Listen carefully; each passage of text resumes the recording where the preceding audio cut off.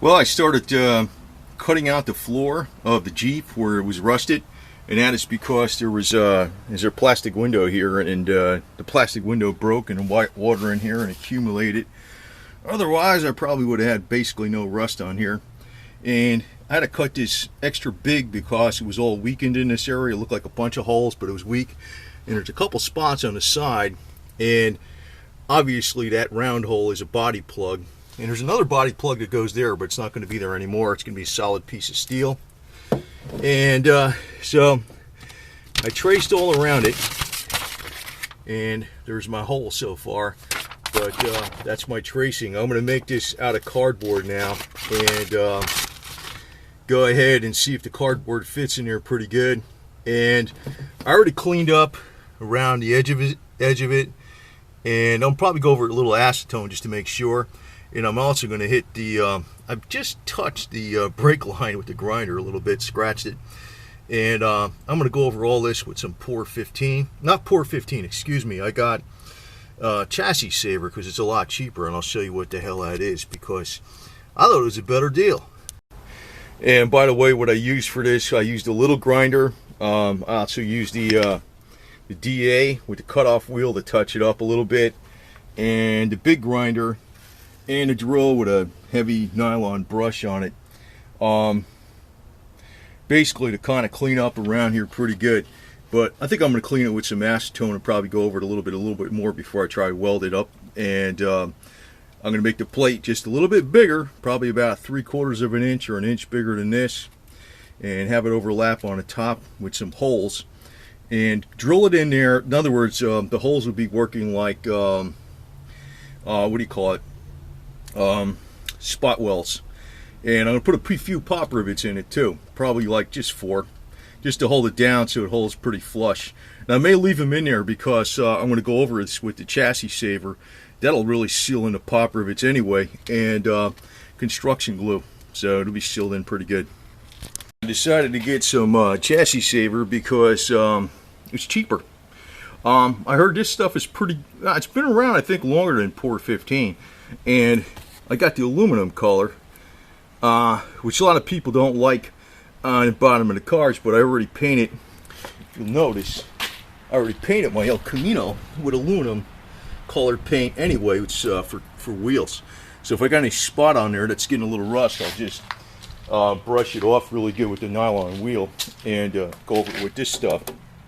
And I might get a gallon of black also, but I got a lot of projects to do. A quart will easily do a whole car, pretty damn easy. This stuff goes really far. I've never used it, and you know, I wish I knew about it back in the 70s when I was doing cars, because I used to use that. I used to use undercoating, and I didn't even know about this stuff. It's been out. It's just that I don't think when people were doing body work back then, they didn't even know about this stuff. But the next thing, I got the piece of paper here, basically what the cutout's going to be. I'm going to cut it out on the cardboard just a little bit big, see if it fits in there, and then inside here I got some brand new steel. This is just a hair thicker. It's about it's 12 gauge, about 1/10 of an inch thick. It's pretty thick stuff, and I'll probably use a jigsaw to cut it out about 1 inch wider than that patch. But first I'm going to make sure that this thing fits in here. Cut out a cardboard patch and to this size and see if it fits in there, and then outline it on the steel, then cut the steel out. I'll probably wind up cutting it with a jigsaw. I'm not sure how that's going to work, man. I know that jigsaw works great on sheet metal, but that's pretty thick sheet metal I'll be cutting through 12 gauge. It'll cut through 18 or 16 gauge real easy, but not this stuff. I'll find out in a minute, but you know, as we go progress here. But first I'll be cutting this out and see how it works. Well, that's the map I got here. I'm going to be putting in a patch. I used some cardboard just to make sure I could see how the bends go a little bit, because there's going to be a little bit of I'll probably have to cut a couple notches here, so this will go over that and then weld them closed and make it about 3/4 of an inch bigger all the way around. And this lip will have to be bent up on this side here, on the bottom here, so it goes up against here, and it should work. The only thing I have to watch out for is if something catches on fire when I'm welding, because there's undercoating on the bottom of this, but there's no gas in it, so I've been running it off of like a bottle. The gas tank is empty, so there's no fuel lines or nothing like that to worry about. And what I'm going to do is I'm going to put a piece of it's concrete board underneath this, so you know, if there's any sparks or something like that going through, it should you know, protect anything else from catching on fire or anything like that. It should be all right though. And I'll have the you know, the hose here to put it out. So next step is to take this cardboard laid on a steel. It's 12 gauge. It's 1/10 of an inch thick, about 100 thousandths. That's a little bit thicker than this, but it's not much thicker than this. This might be about 95 thousandths. It's really close.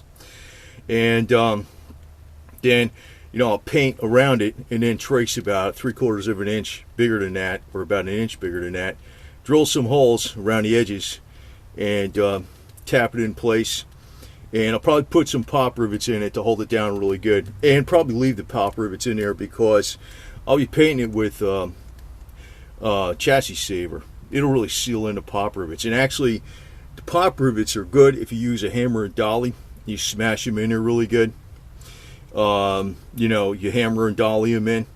They're actually in there pretty damn solid. But actually, what's going to be holding it is the welds, not the pop rivets. But that's going to hold it down in place when I go to weld it.